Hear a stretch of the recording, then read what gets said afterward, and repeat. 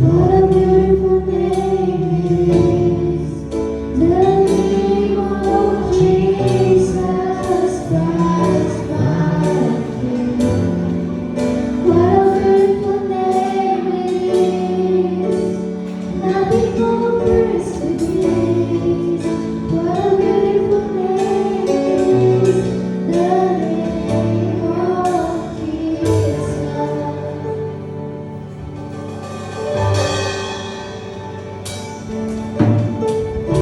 You didn't want heaven without us, so Jesus, you brought heaven down. The sin was great, the love was greater. What was heaven let us down? What a wonderful name it is. What a wonderful name it is. The name of Jesus Christ, my King. What a wonderful name it is. Nothing compares to this. What a wonderful name it is. The name of Jesus.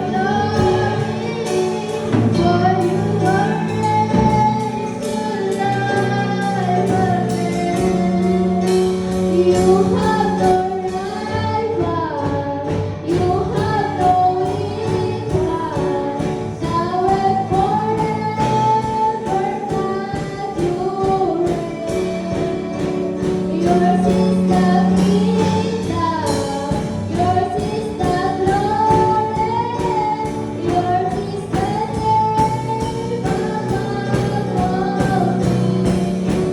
What a powerful name it is. What a powerful name it is. The name of Jesus Christ, my King. What a powerful name it is. Nothing can stand against. What a powerful name it is. The name of Jesus.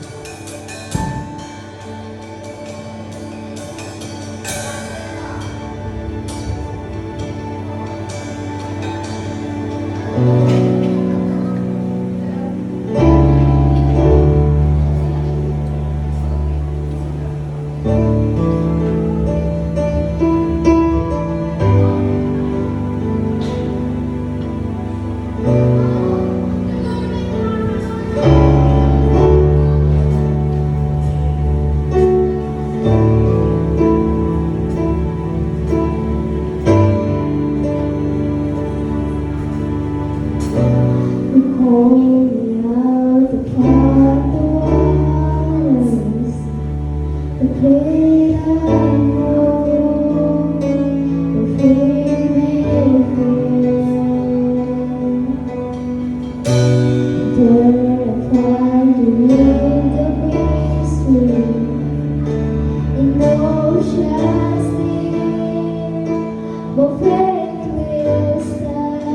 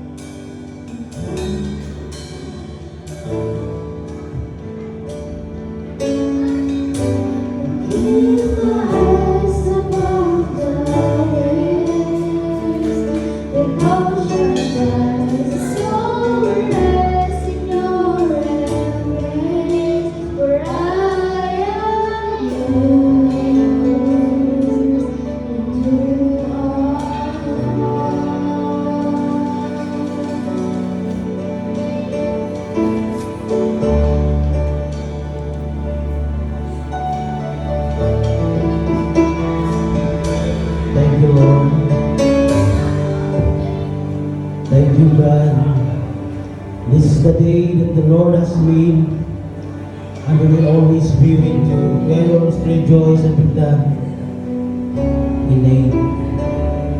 Thank you for your presence. Salamat po, Panginoon, sa presensya mo na kanina pa lamang, Panginoon, narito sa aming kalagitnaan. Salamat po, Diyos, sa iyong pag-ibig, sa walang humpay mo pag-ibig para sa amin, Panginoon. Kaya naman pinibigay mo sa amin ang iyong buntong na anak, upang sa kanyang kamatayan kami po'y maligtas, Panginoon. Maraming salamat po, Diyos, sa iyong pangalang Jesus. Meron lang ibang bigay sa silong ng langit, sa ibabaw ng langit, na sukat na kaligtas sa amin, kundi ang pangalang Jesus. Lord, salamat sa bawat isa na narito. Salamat sa kanilang oras, panahon, pag-ibig. Kaya naman, Lord, inuna nila ang iyong kaharian upang makinig ng iyong banal na salita, Panginoon. Salamat po, Diyos, sa kaligtasan sa bawat isa. Salamat po dahil ikaw lamang, Panginoon, ang aming inaasahan sa aming buhay. Kung wala po kayo, wala po kami, Panginoon. Kaya naman, Lord, sa mga oras na ito, kami po ay dumadalangin ng pagkukumbaba, Panginoon. Maraming salamat sa lahat ng biyaya na pinagdaloob mo sa amin sa bawat oras, sa mga nagdaang linggo. Kaya naman, Lord, kulang ang pasasalamat. Dahil ikaw lamang, O Diyos, ang siyang sumama sa amin. Lord, maraming salamat sa mga wala pa dito, Panginoon. Salamat sa pag-iingat na sila po'y makarating na ligtas. Salamat sa mga magulang, sa mga kapatid, na kung saan man sila naroon, Panginoon, tunay nang ikaw ang nag-iingat sa kanila. Kaya man, Panginoon, sa mga oras na ito, kami po'y nagpapasalamat ng marami na inyong salita lamang ang aming babakanggan. At ito'y tumimo sa aming mga puso. Salamat po, Diyos, sa aming pastor na iyong gagamitin sa umagang ito. Ang iyong salita lamang, Panginoon, ang siyang mamutawi sa kanyang mga labi. Bakapan mo po sa Panginoon ng iyong salita. Lord, maraming salamat. Kami po ay nagpupuri at tunay na walang upay na pagpupuri sa bawat sanlin na nagdaan at pagdadaan pa, Panginoon. Ikaw lamang, O Diyos, ang aming pinasasalamatan sa pangalan ni Jesus. Amen and amen. Thank you, Jesus. Po, Panginoon, kami po ay tunay naniniwala sa iyong ginawa sa cross ng Kalbaryo. Tunay, Panginoon, na ikaw ang Diyos na gumawa ng kaparaanan upang kami po ay magkaroon ng kaligtasan.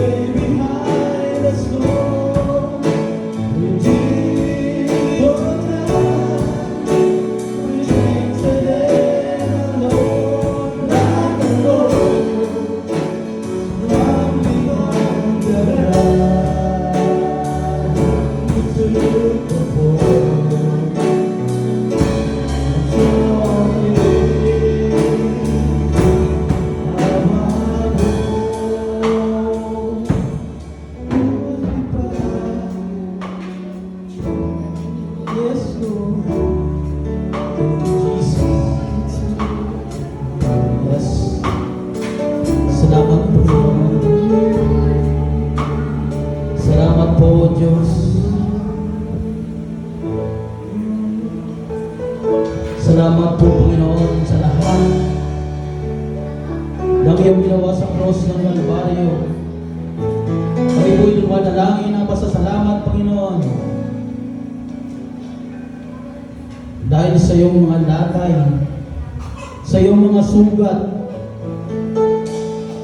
sa iyong sakit na dinanas, Panginoon, para sa amin. Kaya kami, Panginoon, nagkaroon ng kapayapaan, kaginhawaan, Panginoon. Dahil kinuha mo, Panginoon, ang mga sakit na dapat para sa amin. Lord, maraming salamat sa bawat isa na nag-iisa dito sa aming pag-alaala sa iyong tinapos na gawa sa cross ng Kalbaryo. Kaya naman, Panginoon, maraming salamat. Kami po naniniwala na ang iyong ginawa sa cross ng Kalbaryo sa pamamagitan ng iyong katawan, ng iyong bugbog na katawan. Kami po ay nagkaroon ng kagalingan.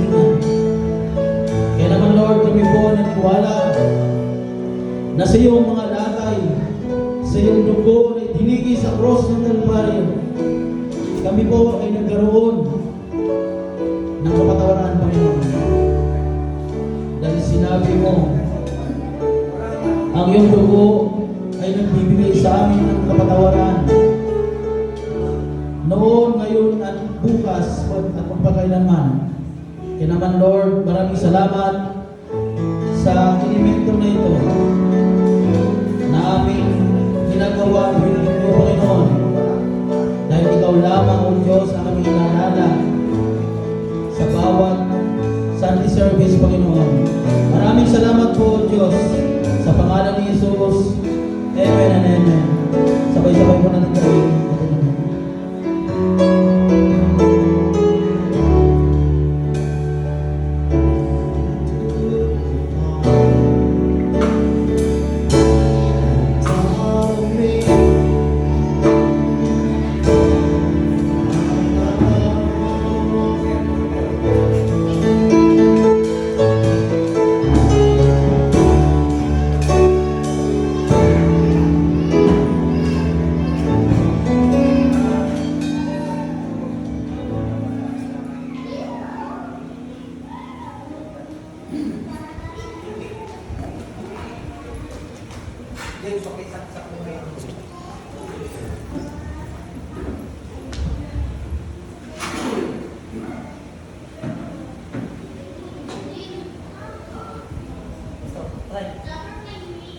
Hello, mic test.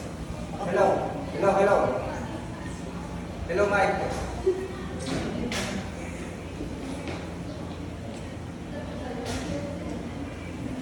Hello, mic test.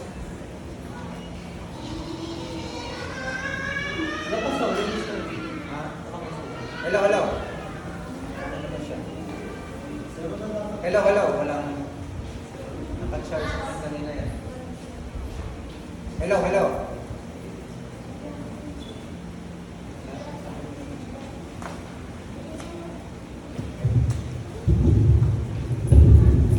Hello, mic test. Hello, mic test.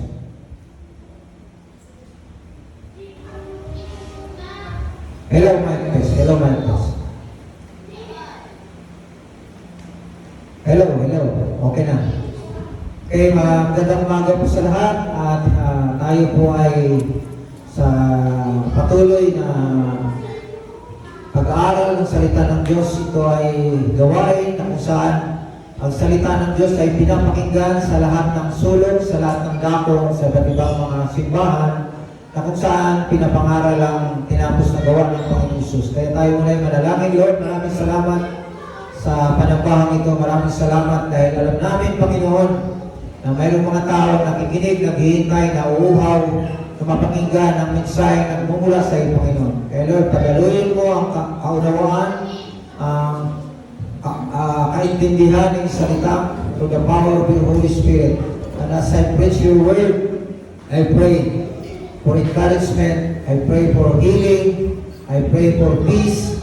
I pray, Lord, na sa lahat ng mga taong hindi pa nanampalataya, magkaroon sila ng pananampalataya na maniniwala sila, Panginoon, na mayroong buhay sa kabilang sa iyong harian sa langit, Panginoon. Kaya Lord, pinupuri ka namin, pinasalamatan ka namin dahil ikaw ay Diyos na dakila. At ikaw ang nakakaalam na kapatid sa lahat ng mga naaabot ng mensahe ito. Sa pangalan ni Jesus, Amen, Amen. Hallelujah. Kaya magandang umaga po sa lahat. Ngayon po, dumirekta na po tayo sa pangalan ng salita ng Diyos. Dito po ay titingnan po natin yung ating topic. Trusting the Lord God at all times by faith. Trusting the Lord God at all times by faith. Ang lahat daw ng pagtitiwala sa lahat ng panahon ay kailangan natin by faith. Amen? By faith. At tingnan po natin yung talata na napakaganda ng nakasaad sa Proverbs. Trust in the Lord with all your heart and lean not on your own understanding. In all your ways acknowledge Him, and He shall direct thy paths. Amen? Sa Old Testament, makikita natin na si Haring Solomon. Haring Solomon ang nagsulat po ng Proverbs 3. At ang sabi niya, trust in the Lord with all your heart and do not lean on your own understanding. Ang isang tao may problema, hindi niya alam kung ano yung kanyang gagawin. Amen? Pero ang tinuturo ng Proverbs, ano man ang kalagayan mo sa buhay na hindi mo natin naintindihan, sa Panginoon tayo magtitiwala. Amen? Ang pagtitiwala ay isa sa pinakamahalagang itinuturo ng Panginoon sa ating mga tao dito sa mundo. Amen? Dahil minsan maraming tao nagtitiwala sa kanilang kabayo. Maraming tao nagtitiwala sa kanilang manok. Nagtitiwala sa kanilang kayamanan sa bangko. Nagtitiwala sa kanilang profesyon. Hindi ako sila magugutom kasi mayroon naman silang magandang trabaho. Sila nagtitiwala na magagawa ng mga bagay dahil kaya nilang gawin. Pero ang tinuturo ng Panginoong Diyos sa mga mananampalataya ay magtiwala tayo sa Diyos kahit tayo mayroon o wala. Ipagkaloob natin sa Panginoon. Lahat-lahat. Trusting in the Lord with all our heart and lean not on your own understanding. In all your ways acknowledge Him, and He will make our way straight, our paths straight. Amen? In all our ways. Condemned by in all our ways. Sa araw-araw, Lord, gabayan mo ako, pakabalutan mo ako na yung banal na dugo ng iyong pag-iingat. Ang aking pamilya, ang aking mga anak, ang aking mga kaibigan, ingatan mo sila. Kahit ang ating mga kaaway, pwede natin silang ipanalangin. Kaya sa mga viewers na ito, ang pinakapunto ng mensahe natin ay pagtitiwala sa Diyos. Why do I need to trust God? Na hindi ko naman siya nakikita. Kasi minsan ang tao, tinuturuan tayo, pinanganak tayo, na to see is to believe. Kung ano yung nakikita natin, doon tayo naniniwala. Pag hindi natin nakikita, hindi tayo naniniwala. But in the eyes of God, ang mundo ito sees our works, but God sees our faith. Ang tinitingnan ng Diyos sa atin, pananampalataya. Ang ating pananampalataya, doon kumikilos ang Diyos. Amen? Kumikilos ang Diyos sa ating paniniwala. Because it is impossible to please God without faith, sabi ng Hebrews. Amen? It is impossible to please God when we do not have faith. Kaya sabi niya, have faith in God. Kaya itong dahilanan, bakit kailangan natin maniwala sa Diyos? Amen? Kung ikaw ay mayroong negosyo, may hanap buhay na parang hindi lumalago, tiwala mo sa Panginoon. Huwag kang maniwala doon sa iyong nakikita. Amen?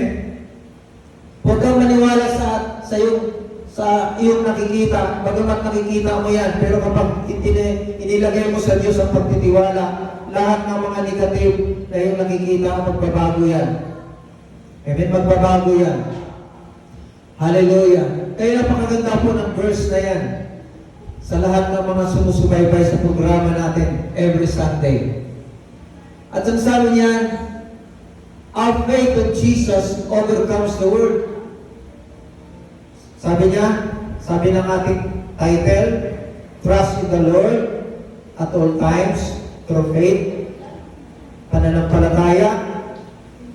Ang pananampalataya natin, sabi niya, our faith in Jesus overcomes the world. Kaya napakaganda po, mga magulang at kapatid, ay tinuturo sa atin ang pananampalataya kay Jesus dahil dito lamang natin matatalo ang mga problema sa daigdig. Amen? We can overcome sickness by our faith. We can overcome poverty by our faith. We can overcome all the negative things that we see by faith. Ano pong sabi ng 1 John 5, 4 to 5? Hallelujah. Glory to God. For whatever is born of God overcomes the world. Ano po ang tinutukoy dyan? For whatever is born of God overcomes the world. Whoever born of God overcomes the world.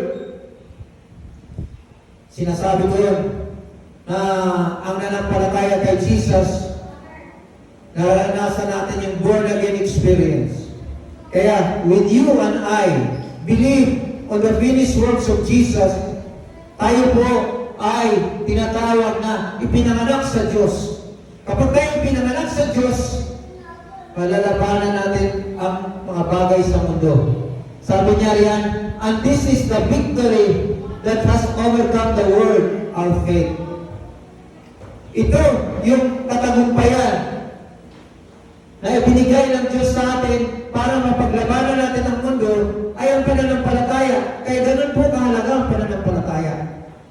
Ito ang dahilan kung bakit ang mga churches all over the world, ang mga churches na yan, ang Diyos ang naglalagay, gumagamit siya ng tao, Pastor Vilmar, Pastor Ben, ay naka-assign dyan para magkaroon ng church.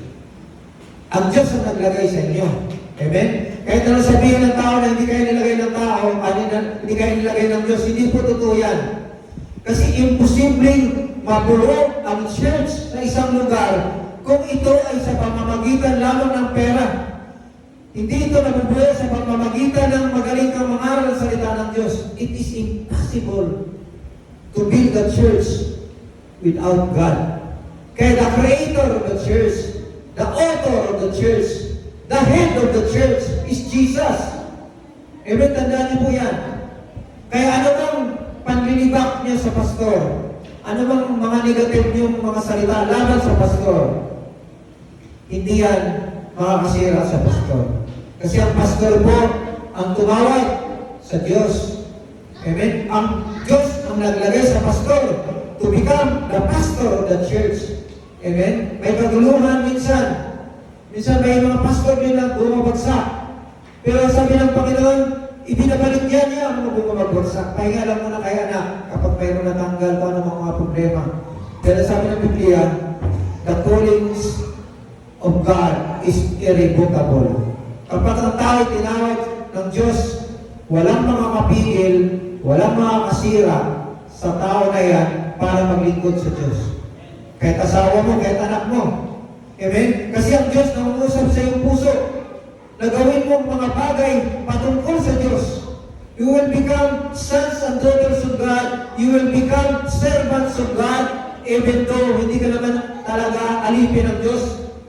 Kasi hindi tayo pinanganak sa mundo ito para maging alipin sa Diyos. Kasi anak tayo ng Diyos. Amen? Kung kayo mayroong tatay, alipin pa kayo ng inyong tatay, anak kayo? Hindi pwede. Ganun din tayo. Kailangan, sinasabi niya tayo, servants of God, kasi tayo po'y naglilingkod sa tao. Amen ba? Tayo naglilingkod sa tao. We are here to serve people. We pray for the sick. We visit people. We encourage people na kapag sila ay lumakas, sila po ay nagkakaroon ng pagtitiwala sa Diyos. Kasi ang demonyo, tinuturuan ng tao na maniwala sa nakikita. Tayo tinuturo natin ang mga bagay na hindi nakikita. Amen? Minsan nung nakaraang 3 months, nawala yung pinakamahal na cellphone, mamahaling cellphone. Sabi ko sa isang kaibigan kong vlogger, sabi niya, huwag mo nang intindihin yun. Masakit, mawalan ng mahalaga. Pero, ibabalik ng Diyos yan. After 3 months, makikita mo, ibinabalik ng Diyos. Dahil ang Diyos, hindi niya hayaan na tayo mawalan na hindi ito ibinabalik sa atin ng Panginoon. Amen? Ano man ang gawin ng diablo para tayo nakawan sa ating hanapbuhay, sa ating pamilya, nire-restore po ng Panginoon. Ganun kabait ang Panginoon sa atin. Hallelujah. Okay, tuloy natin. 1 John 5:4-5. Who is he who overcomes the world, but he who believes that Jesus is the Son of God? If you and I, kung kayo mga nanonood sa amin, naniniwala kay Jesus, hindi sa religiyon. Amen? Pwede ka na doon sa Roman Catholic, pwede ka na doon sa Iglesia ni Cristo, pwede ka na Jehovah, pero ang kinikilala mo ay tunay na Diyos. The God who created the heavens and the earth. At ang to know the true God, ang tunay na nakakilala sa Diyos, ay hindi pwedeng direkta ka kay Allah. Hindi ka pwedeng dumirekta kay Abba, Father. The way to the Father, the way to God is Jesus Christ. Kaya sinasabi niya, who is he who overcomes the world? We can overcome this world if we believe that Jesus is the Son of God. Ganun lang po kasimple. Isang pinahihirapan ng mga taong masyadong marunong ng alam. Kaya minsan pinahirapan nila na ang bakla at tuboy ay hindi raw makapasok sa langit. Amen? Sino man, bakla ka man, tumboy ka man, magnanakaw ka man, makasalanan ka man, kapag ikaw ay sumampalataya, naniniwala na si Jesus ay anak ng Diyos, kapaglabanan mo kung ano mang circumstances ng buhay mo. Amen? Sabi nga ng mga ngaral, matagal natin napakinggan, kasing laki man ng barko ang iyong kasalanan, kasing lawak ng karagatan ang kanyang kapatawaran. Kaya lahat ng tao na bumuhay, may pag-asa. Kahit anumang relihiyon mo, tumawag ka sa Panginoong Diyos through our Lord Jesus Christ. Paano yung mga hindi naniniwala kay Jesus Christ? Paano sila maliligtas? Sabi ng Biblia, kay Jesus tayo maniniwala. Amen? Kay Jesus tayo maniniwala to the Father. Tulad ng sinabi ko, bakit ang Israel hindi naniniwala kay Jesus as the Messiah, as the Savior? Bakit the Israeli government, the nation of Israel now na mayroong gera, hindi sila naniniwala kay Jesus Christ as the Messiah? Kasi ang paniniwala ng mga Hudyo at maraming religion na ang Diyos natin ay iisa. Amen? Kaya sabi ni Jesus, I am the way, I am the Son of God. Sabi ng mga Hudyo, dalawa na. At mayroon pang Holy Spirit, tatlo na. Kaya ayaw nilang maniwala kasi direkta sila sa Diyos ni Abraham, Isaac at Jacob. Pero ang explanation po dito, na darating ang araw, ang mga Israel ay maniniwala kay Jesus. Kasi hanggang ngayon, naghihintay pa rin sila ng Messiah, naghihintay pa rin sila ng Savior na makapagliligtas sa kanila. Dumating ng Savior 2,000 years ago. To understand God is to believe the Father, the Son, and the Holy Spirit. There is only one God, but there are three representation. The Father, the Son, and the Holy Spirit. If we can understand the three in one God, three representation, that is our salvation. Amen? Yan ang ating kaligtasan, mga magulang at kapatid. Kahit yung mga Muslim nating kaibigan, Yung mga kaibigan natin Muslim na naghahanap buhay sa Green Hills, nagtitinda ng mga iPhone, gumagawa sila ng mga cellphone. Totoo sila sa kanilang paniniwala. Pero, sabi ng Biblia, Father, Son, and Holy Spirit. Dalawang klaseng grupo ang nangangaral kong daigdig. Yun po yung tinatawag na the Western belief and the Eastern belief. The Western belief, ito yung mga belief galing sa Amerika, sa mga Europa. Ang Eastern belief, ito yung belief na gagaling sa Israel at sa yung Middle East country. There is only one God. Sila rin ay naniniwala na hindi umaalis ang Diyos sa kanila. Amen? Pero yung Western belief, naniniwala na iiwanan ka ng Diyos pag gumagawa ka ng kasalanan. Pero tayo, mga tunay na nakakilala kay Jesus, natin tumapos sa ating mga kasalanan sa krus ng Kalbaryo. We believe that the Holy Spirit will never leave us nor forsake us. Hindi siya umalis, kaya tayo nagkakabalik. Tuloy natin. Hallelujah. Greater is Jesus who is in you. Kapag tayo nanampalataya kay Jesus, higit si Jesus sa lahat. Amen? Greater is Jesus who is in us. Tingnan niyo po yan. 1 John 4:4. You are of God. Sabi niya ni John, little children, and have overcome them, because he who is in you is greater than he who is in the world. Sino ba ang narito sa mundong ito?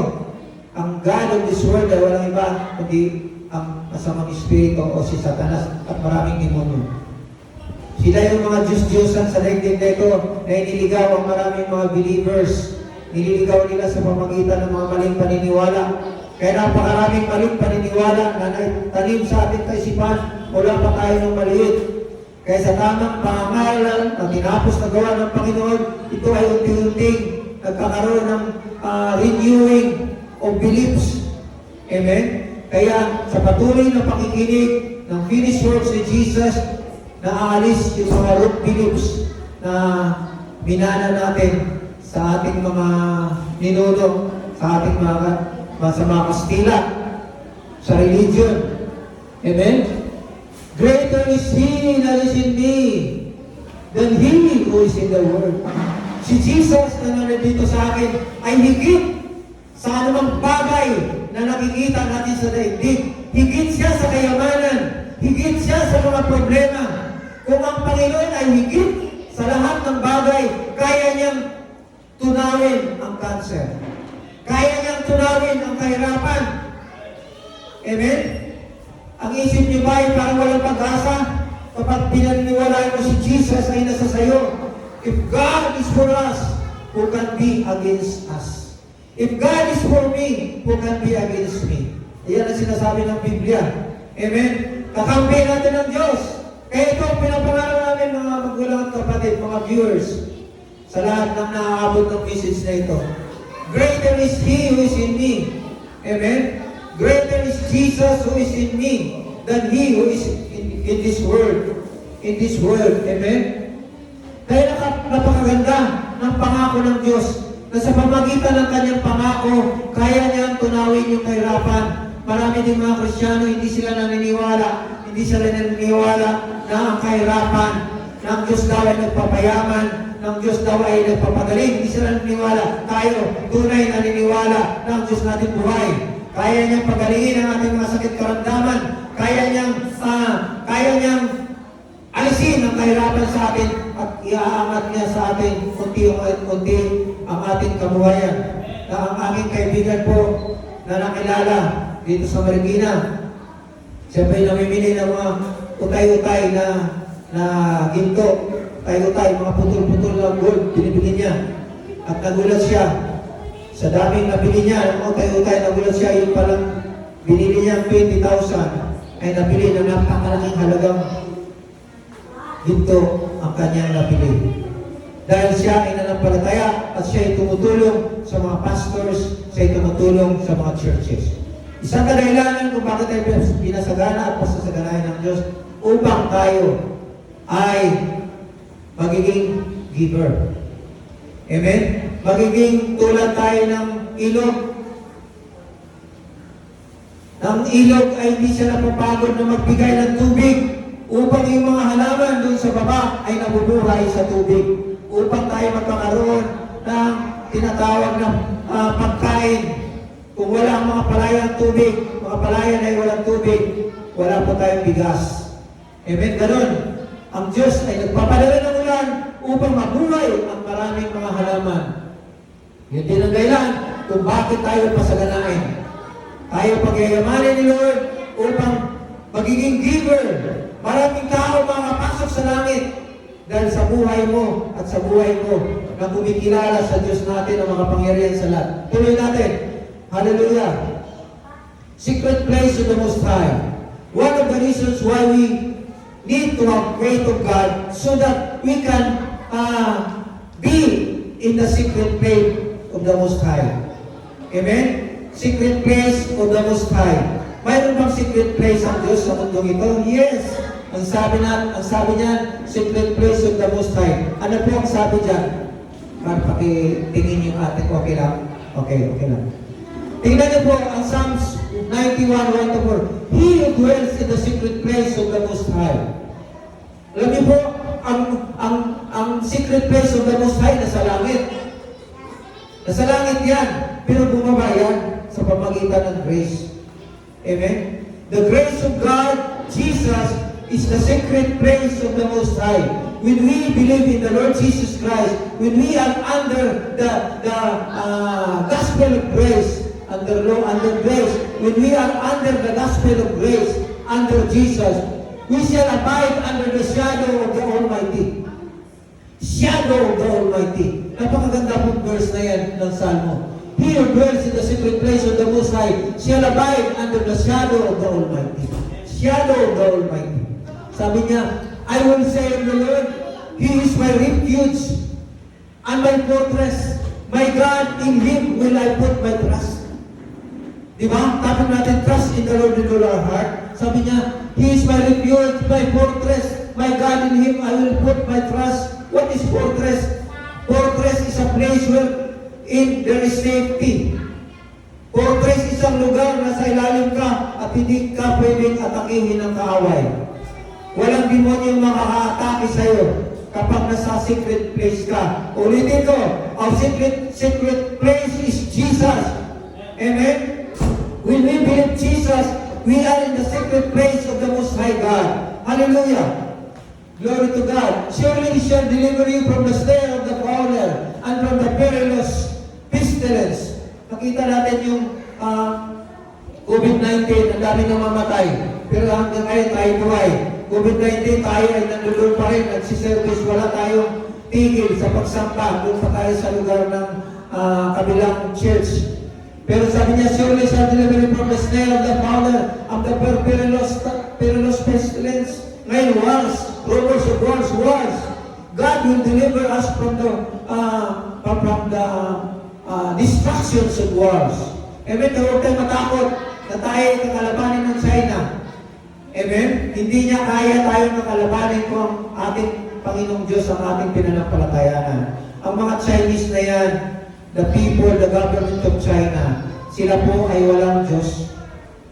Para silang mga daga, naniniwala lang sila na sila yung powerful, di sila naniniwala na mayroong langit, di sila naniniwala na mayroong paraiso. Pero kapalan tayo.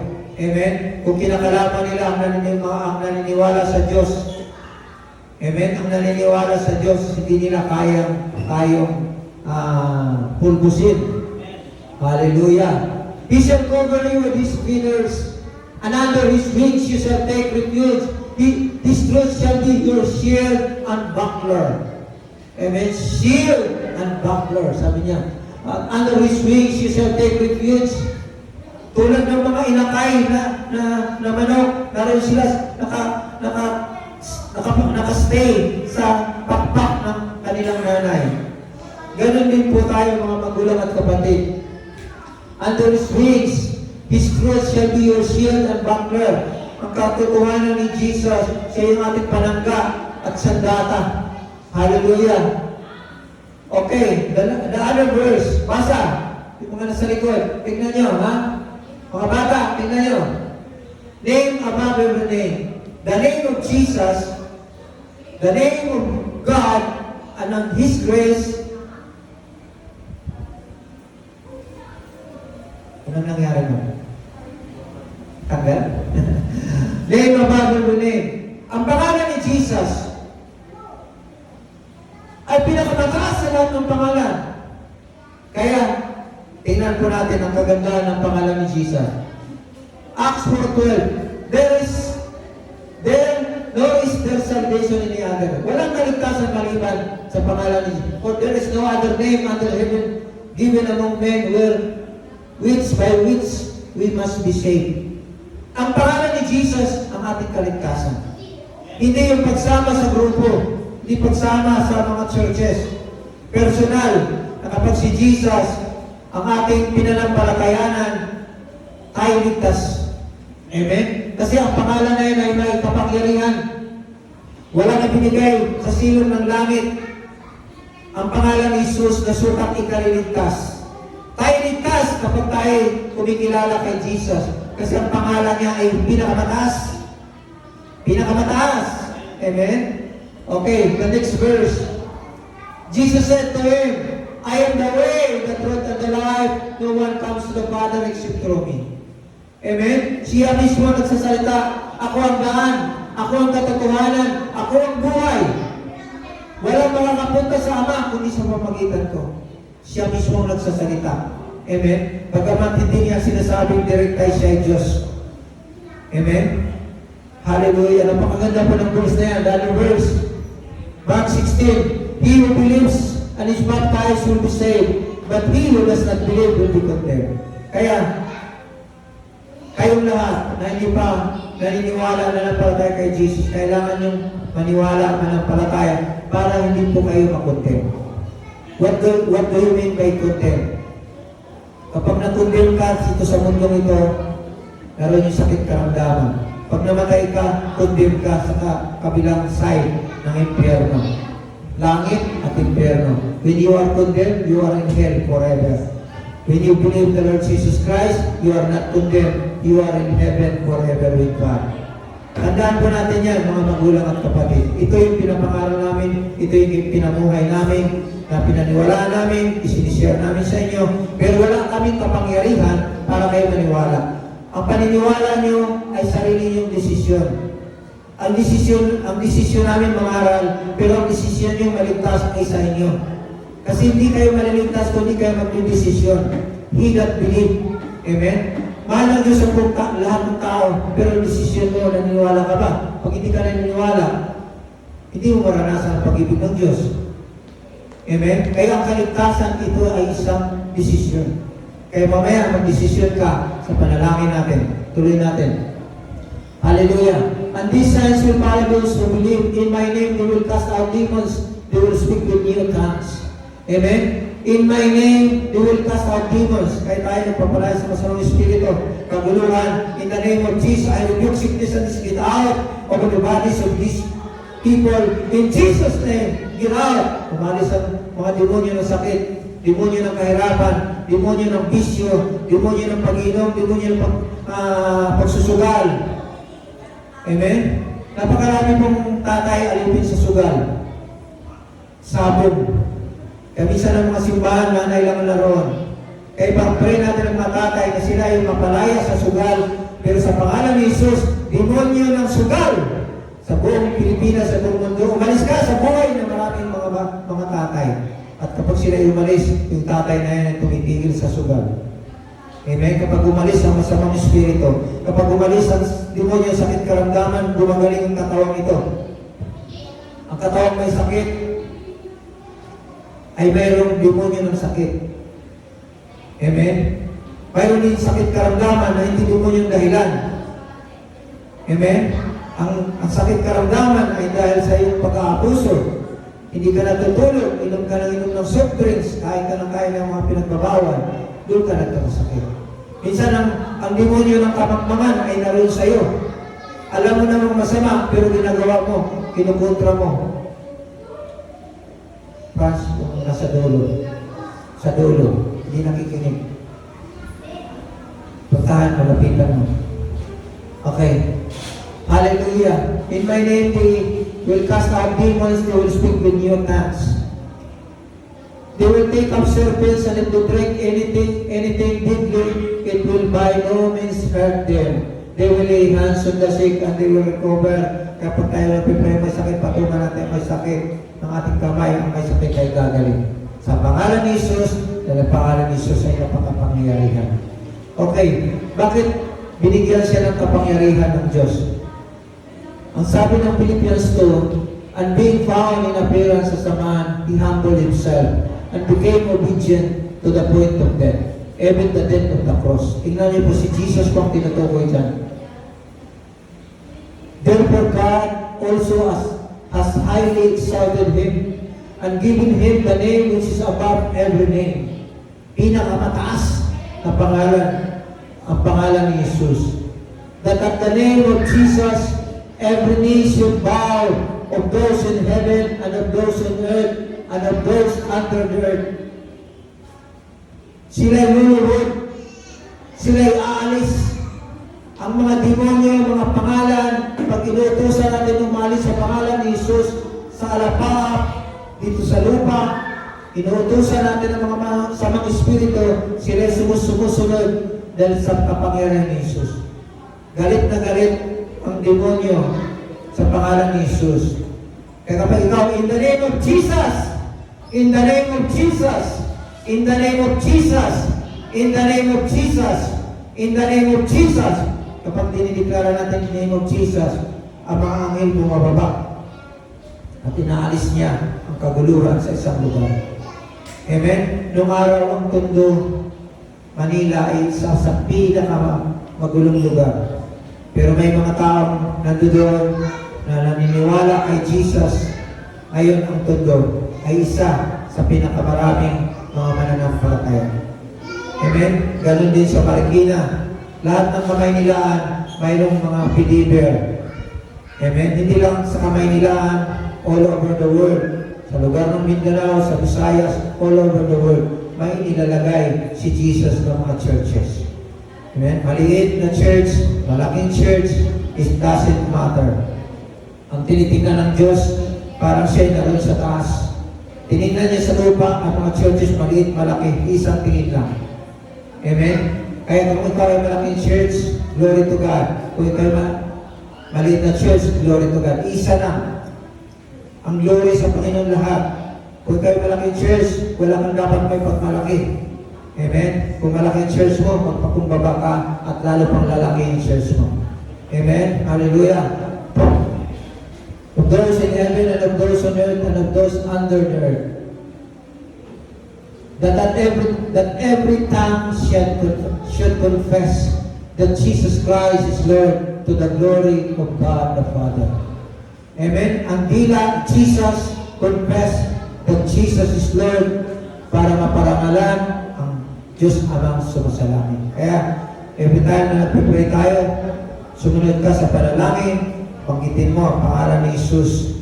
Pag binanggit nila ang pangalan ng Jesus, ang kanilang Espiritu ng Diyos ay dumadali sa kanila. Noong araw, marami kami pinagpipray na demon possess. Pag pinababanggit mo ang demon possess na tao, panggitin mo Jesus, ayaw nila. Ayaw ko! Nakakapaso ang pangalan ni Jesus. Ayaw kong banggitin si Jesus. Pero sabi ko, palikinig ka, paliwanag mo. Pag sumunod ka, banggitin mo, Jesus! Jesus! Sumunod ka, Jesus! Jesus, ang demonyo na sa sayo umalis. Kaya nung sumunod siya, Jesus, Jesus, Jesus. Maya siya bumagsak sa kanyang pagbangon. Siya ay nagiging believer dahil umalis ang masamang espiritu sa kanya. Dahil ang pangalan ni Jesus ay may kapangyarihan. Jesus, power of God unto salvation. Tingnan po natin, si Jesus ang kapangyarihan ng Diyos para sa kaligtasan. Narinig na natin yan. I am not ashamed of the gospel of Christ. Hindi ko kinahiya ang pangaral sa mabuting balita ni Kristo. For it is the power of God to salvation for everyone who believes. Kaligtasan sa lahat ng naniniwala at nanampalataya. for the Jew first and also for the Greeks. Amen? For in it, the righteousness of God is revealed from faith to faith. Nagsimula sa faith, magtatapos sa faith. Amen? Kaya ang buhay natin sa mundo ito, puro faith lang. Faith lang. Amen? Faith lang kay Jesus. Paano yun, Pastor? Puro faith lang, walang gawa, maliligtas ka pa ba? Kung faith lang kay Jesus, ligtas ka. Kasi hindi naman niya sinasabing ikaw ay maliligtas sa iyong mga gawa. For by grace, you are saved through faith, not of works, not of anything else, so that you will not boast. Amen? Ang kaligtasan siya may gawa. Paniwalaan mo kanyang tinapos na gawang ikaw ay maliligtas. Ang gagawin mo lang, believe on the finished works of Jesus.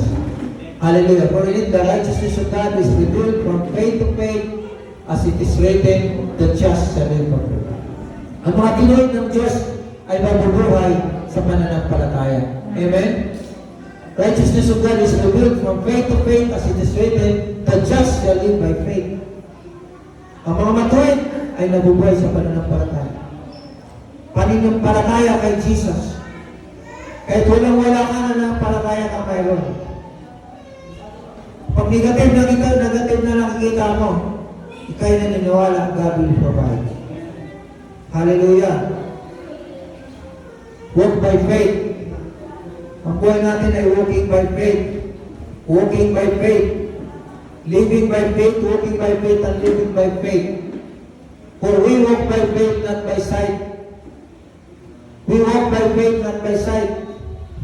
Amen? Pagaman mayroon tayong nakikita, nakakatulong yan.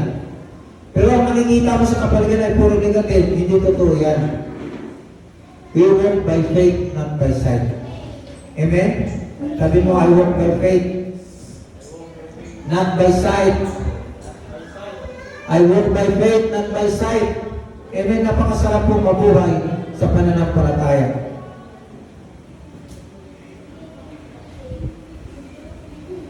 Okay, tingnan niyo po God wants to take care of every area of your life, even the smallest detail. Kahit maliit o malaking problema, concern ng Diyos sa iyo. Amen? Kapag naranasan mo ang Diyos sa maliit, maranasan mo rin siya sa malaki. Hallelujah. Napakagandang na yan. God wants to take care of every area of your life, even the smallest detail.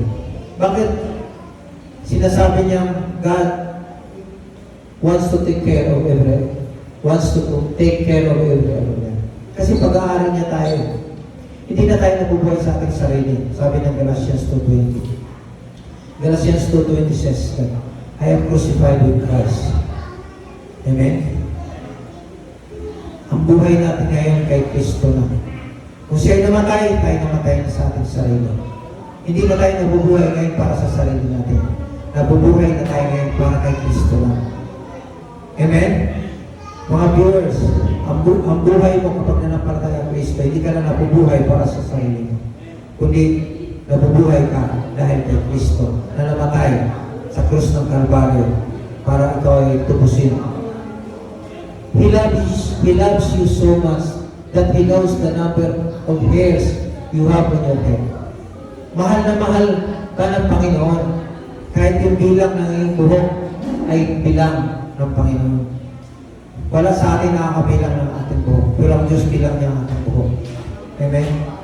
He loves you as so much. And if your loving Heavenly Father knows and is interested in the small details of your life, kung ang ating amang sumasalangit, alam niya ang mga maliliit na bagay sa buhay natin. Sabi niya, then you don't have to overcome any problem in your life. Kapag may problema ka, hindi na tayo nakikipaglaban na mag-isa. Hindi na tayo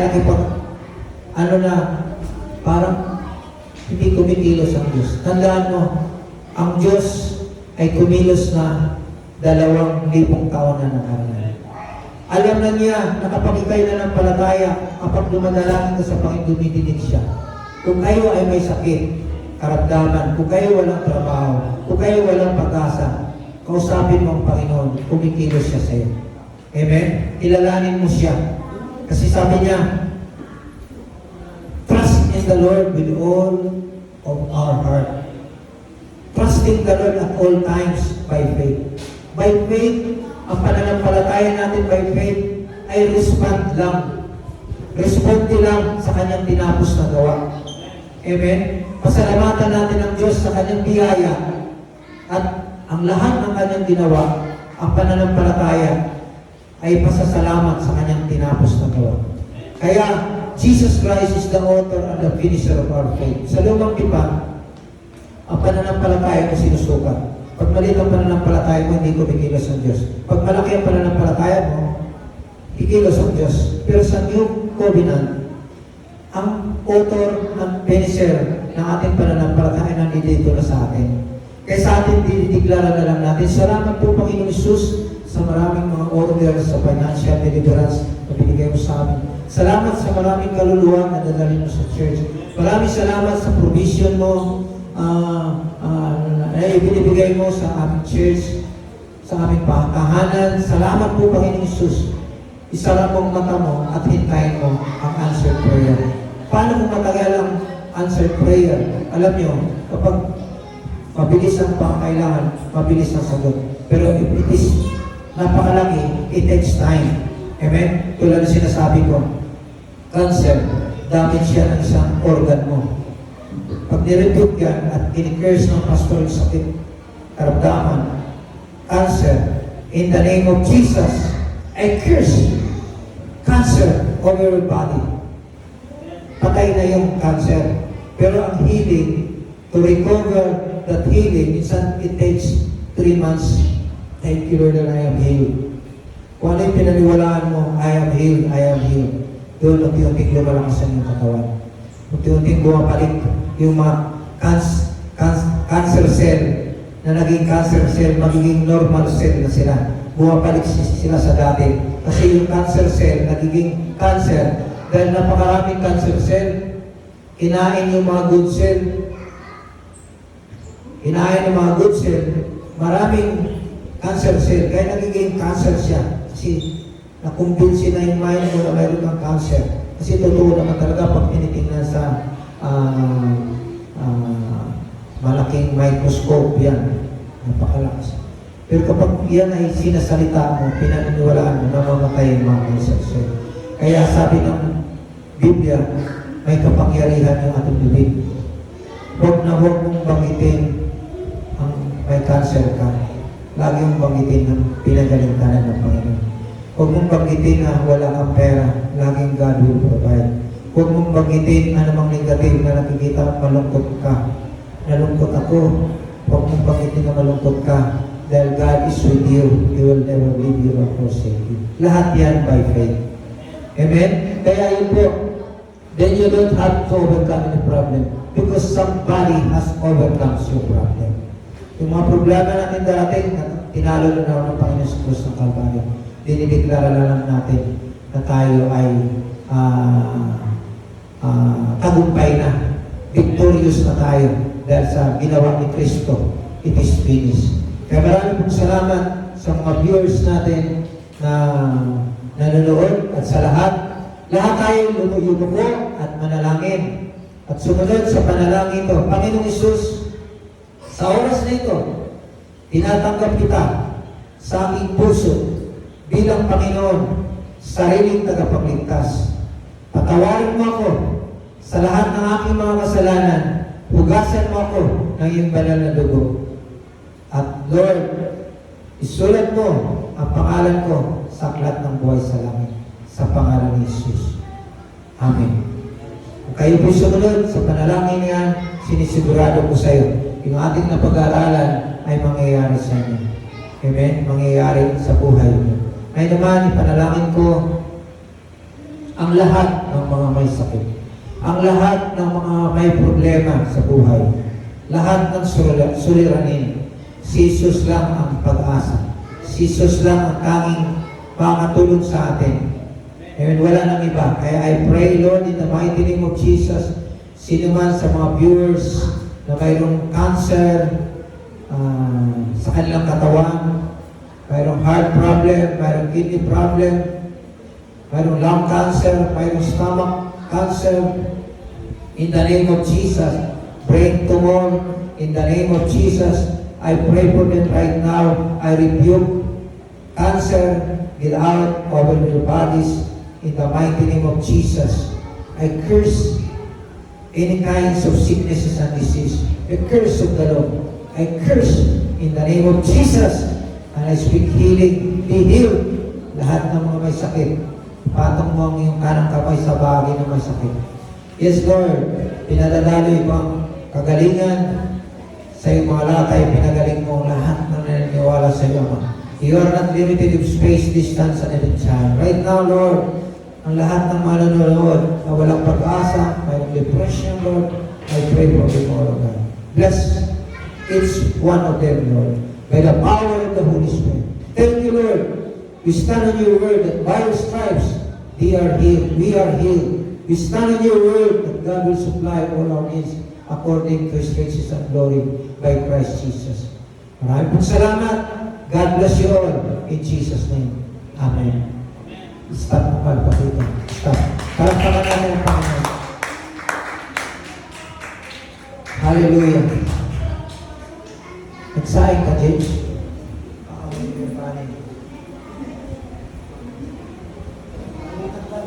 Ha?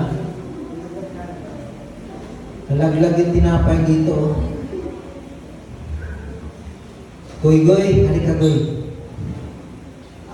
Halika. Tapon mo ito sa basura.